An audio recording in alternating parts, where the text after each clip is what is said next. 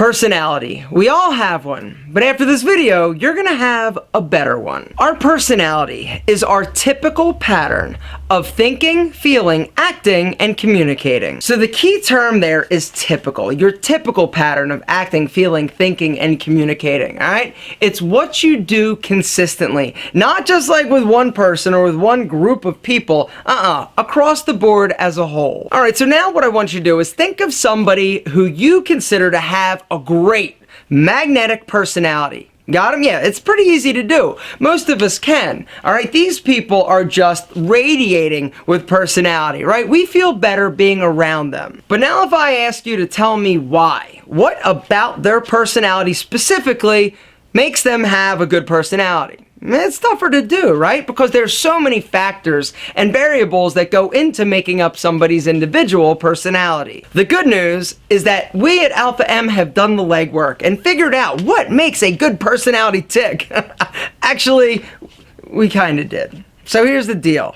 We can break down a good personality into traits. And if we work on developing these traits for ourselves, we in the long run are going to have a better personality. And who doesn't want that? Exactly. We all do. Let's rock. Tip number 1 is be a better listener. Work on your active listening skills, all right? Because communication is a skill. Listening is also a skill, all right? When you listen to somebody, it's not just your ears, right? You're just hearing the words come out. Your whole body should be listening, which means put your phone away, eye contact, nod, engage them. This is what I'm talking about in terms of being an active listener. And who doesn't like talking to somebody or being around somebody that when you're talking to them, you think, oh my God, they're actually listening. Tip number 2 is become more interesting. Yeah, you can actually become more interesting. How do you do that? By engaging and actively seeking out education, information, trying new things. The more stuff you try, the more stuff you do, the more information you seek and absorb, the more interesting you're going to be for other people to communicate with. Tip number 3 is practice and adopt a more optimistic outlook on life.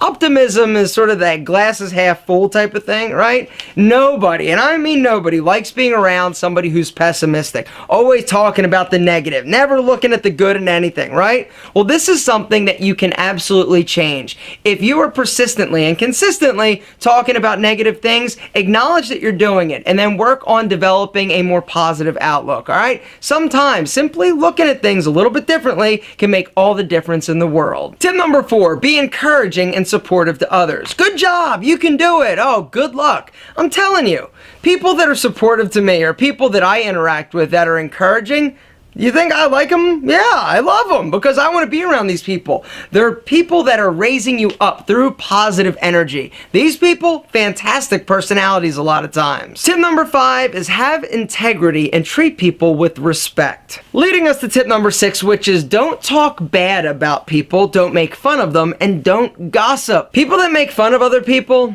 are mean. Gossipers, they just suck. Tip number 7 is don't be afraid to be yourself. So often we get caught in this cycle of trying to please everybody, being something different in different social circles.